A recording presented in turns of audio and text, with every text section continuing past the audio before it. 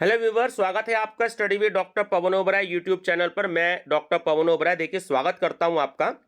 तो मैंने actually money laundering के बारे में पार्ट वन जो है वो बता दिया है।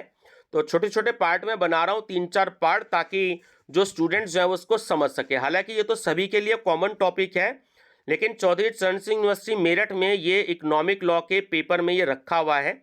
तो मैंने सोचा कि थोड़ी सी इसकी थ्योरी में आपको बता दूं कि ये होता क्या है, क्योंकि एमसीक्यूज तो मैं करा चुका हूं 2-3 दिन पहले, आप प्लेलिस्ट में देख सकते हैं। तो चैनल सब्सक्राइब करके स्टडी विद डॉक्टर पवन ओबराय, तो आपकी प्लेलिस्ट देख लीजिएगा कि एमसीक्यूज ऑन इकोनॉमिक लॉ, में हिंदी इंग्लिश दोनों मीडियम में एमसीक्यूज है। एमसीक्यूज से पहले हमें उस थ्योरी के कॉन्सेप्ट के बारे में अगर पता लग जाए तो वो टॉपिक हमें बहुत अच्छे से क्लियर हो जाता है। तो पार्ट वन में मनी लॉन्ड्रिंग का डिस्कस कर चुका हूं, अब पार्ट टू के बारे में डिस्कस करते हैं।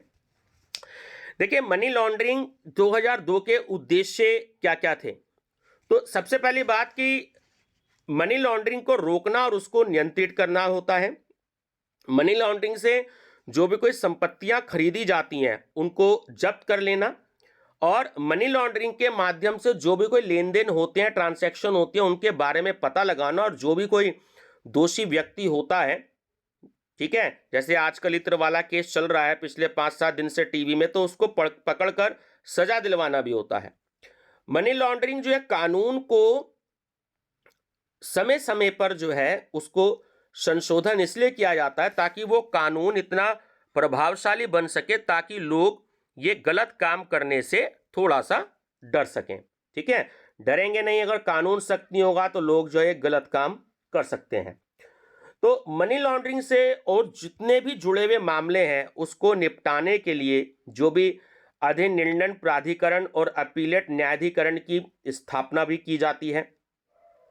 मनी लॉन्ड्रिंग से जितने भी संबंधित वित्तीय लेन देन होते हैं तो उसके रिकॉर्ड को रखने के लिए जो भी बैंकिंग कंपनियां होती हैं या वित्तीय संस्थान होते हैं या जो बिचौलिए होते हैं, मीडिएटर होते हैं, उनके दायित्व क्या क्या होने चाहिए तो उसको निर्धारित करना, और मनी लॉन्ड्रिंग कानून का बड़ी सख्ती से पालन कराना सुनिश्चित कराना होता है। तो ये इसके कुछ उद्देश्य हैं।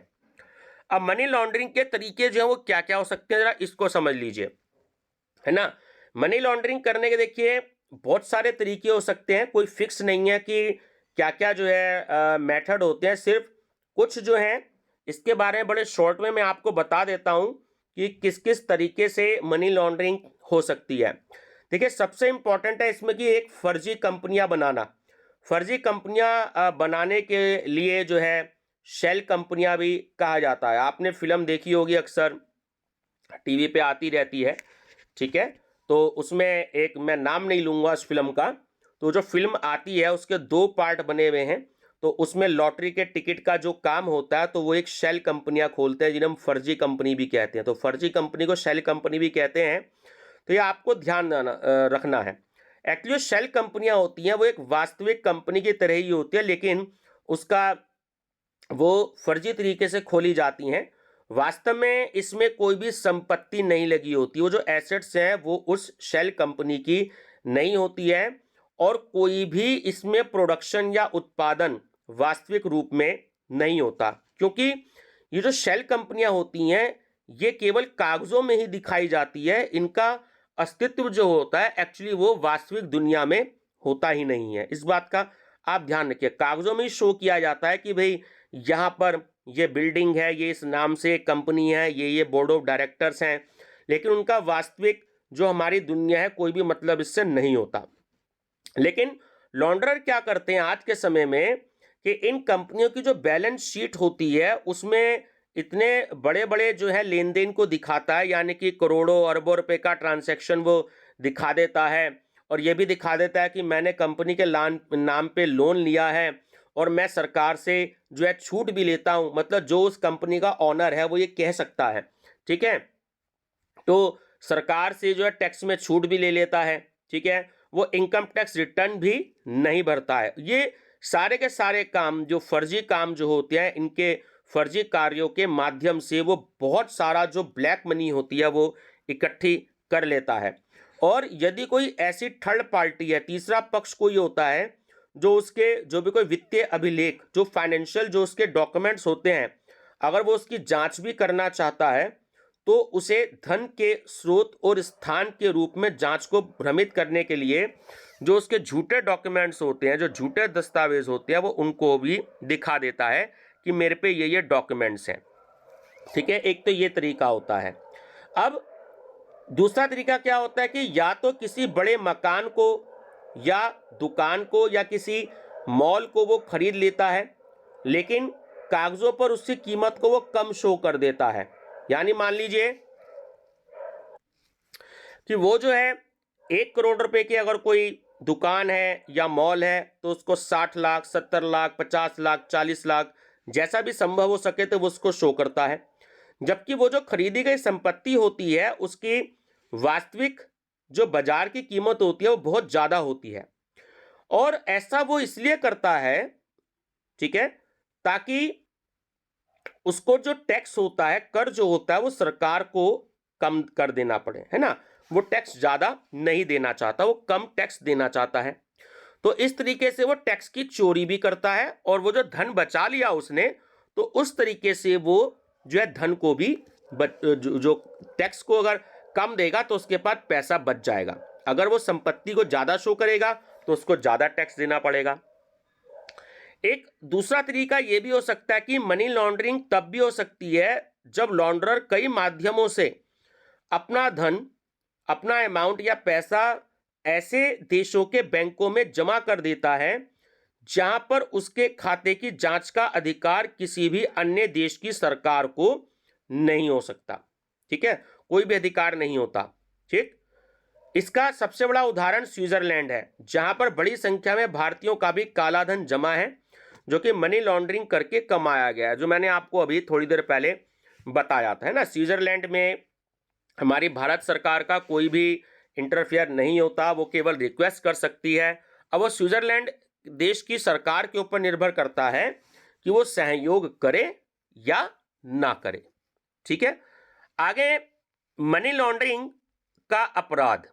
अब क्या होता है, मनी लॉन्ड्रिंग अधिनियम 2002 की धारा 3 ये कहती है कि यदि कोई व्यक्ति जानबूझकर प्रत्यक्ष रूप से या अप्रत्यक्ष रूप से कोई भी ऐसा वित्तीय लेन देन गैर कानूनी तरीके से करता है या फिर उस लेन देन को वैध बनाने की कोशिश करता है तो वह भी मनी लॉन्ड्रिंग अधिनियम के अंतर्गत दोषी करार दिया जाता है, क्योंकि मनी लॉन्ड्रिंग अवैध रूप से प्राप्त धनराशि को छिपाने का वो एक तरीका होता है। वर्तमान समय में जो रियल एस्टेट है उसके व्यापार पर सबसे अधिक काला धन लगा हुआ होता है। ठीक है, यानी कि अगर कोई व्यक्ति ये जानता है कि वो जानबूझकर जो है गलत तरीके से धन को कमा रहा है और उस धन को जो है वो सरकार को शो नहीं करना चाहता, वो टैक्स भी अगर सरकार को कम करके देना चाहता है और अगर सरकार को पता लग जाता है तो उसको सजा मिल सकती है। अब मनी लॉन्ड्रिंग अपराध के लिए सजा क्या क्या हो सकती है ये भी आप समझ लीजिए। मनी लॉन्ड्रिंग अधिनियम 2002 की धारा 4 ये कहती है कि जब कोई व्यक्ति अधिनियम के अंतर्गत उसको दोषी मान लिया जाता है, जब न्यायालय में केस जाता है, कोर्ट में केस जाता है, और अगर कोर्ट उसको दोषी मान लेती है तो उसको 3 साल तक की जेल हो सकती है, जिसको बढ़ाकर के 7 साल तक किया जा सकता है।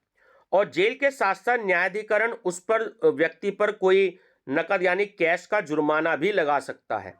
ठीक है, अब यह कोर्ट के ऊपर डिपेंड करता है कि किस तरीके की सजा जो है वो दी जाएगी। और इसमें भी एक कंडीशन ये है कि यदि मनी लॉन्ड्रिंग में अगर अपराध की आय अनुच्छेद ए के अंतर्गत के भाग 2 के तहत यह भी एक कंडीशन रखी गई है कि किसी निर्दिष्ट अपराध से संबंधित हो, है ना। अगर भाग 2 में अगर कुछ जो है सरकार की तरफ से कोई अपराध निश्चित किए गए हैं, अगर वो उससे संबंधित हो जाते हैं तो इस खंड के प्रावधान के तहत 7 वर्ष की सजा को बढ़ा करके 10 वर्ष तक किया जा सकता है। ठीक है, तो ये उसके अनुच्छेद ए के जो भाग 2 हैं, अब ये उस पर डिपेंड करता है। अब मनी लॉन्ड्रिंग द्वारा प्राप्त संपत्ति की संलग्नता, अब इसका मतलब क्या है? इसका मतलब यह है कि मनी लॉन्ड्रिंग अधिनियम 2002 की धारा 5 ये कहती है कि न्यायाधिकरण, निदेशक, प्रवर्तन निदेशालय को हम इंग्लिश में जो है ये पूरा नाम होता है प्रवर्तन निर्देशालय, ठीक है ना। आप ईडी का नाम सुनते हैं, डायरेक्टरेट ऑफ एनफोर्समेंट जो आता है, ईडी, है ना।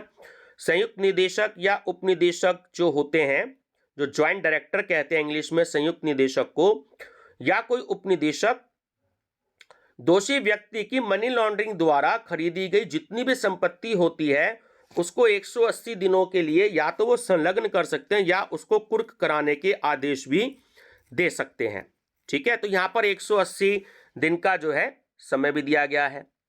अब इसके बारे में क्या क्या शक्तियां हैं, क्या क्या पावर्स हैं, इसके बारे में भी जान लेते हैं। मनी लॉन्ड्रिंग अधिनियम 2002 की धारा 6 ये कहती है कि केंद्र सरकार, सेंट्रल गवर्नमेंट मनी लॉन्ड्रिंग अधिनियम को और अधिक प्रभावशाली बनाने के लिए और अधिनियम से प्राप्त शक्तियों और अधिकारों का प्रयोग करके एक सहायक प्राधिकरण की रचना करता है, ठीक है। तो एक सहायक प्राधिकरण, ये जो गठन है, इसमें एक तो अध्यक्ष होता है जो प्राधिकरण गठित किया जाएगा, और 2 सदस्यों की नियुक्ति भी की जा सकती है। अब उन 2 सदस्यों में से एक सदस्य तो कानून, प्रशासन, वित्त और लेखा के क्षेत्र में अनुभव रखने वाला व्यक्ति होना जरूरी है, और अध्यक्ष पद जो नियुक्त होता है तो वो कम से कम हाई कोर्ट का, हिंदी में उच्च न्यायालय बोलते हैं, तो हाई कोर्ट का जो जज है या तो वो होना चाहिए या उसके समान कोई योग्यता रखने वाला व्यक्ति होना चाहिए, ठीक है। या वो एक डिस्ट्रिक्ट जज भी हो सकता है, ठीक है, या भारतीय कानून सेवा या प्रथम श्रेणी पद का अधिकारी वो होना चाहिए, वो डिस्ट्रिक्ट जज भी हो सकता है। तो आप इसको ध्यान में रखिएगा। तो जो जो ये सरकार ने नियम डिसाइड कर रखे हैं। तो व्यूअर्स, इससे आगे का जो है पार्ट नंबर 2 था।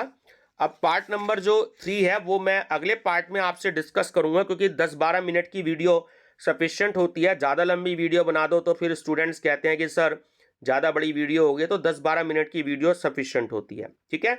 अगला पार्ट मैं आपको बता रहा हूं, इसके बाद आप अगली वीडियो डिस्कस कर सकते हैं मेरे साथ, इसको देख सकते हैं, पार्ट नंबर 3, ठीक है। तो ये प्लेलिस्ट में एडेड है, ये MCQs on economic law. Thank you.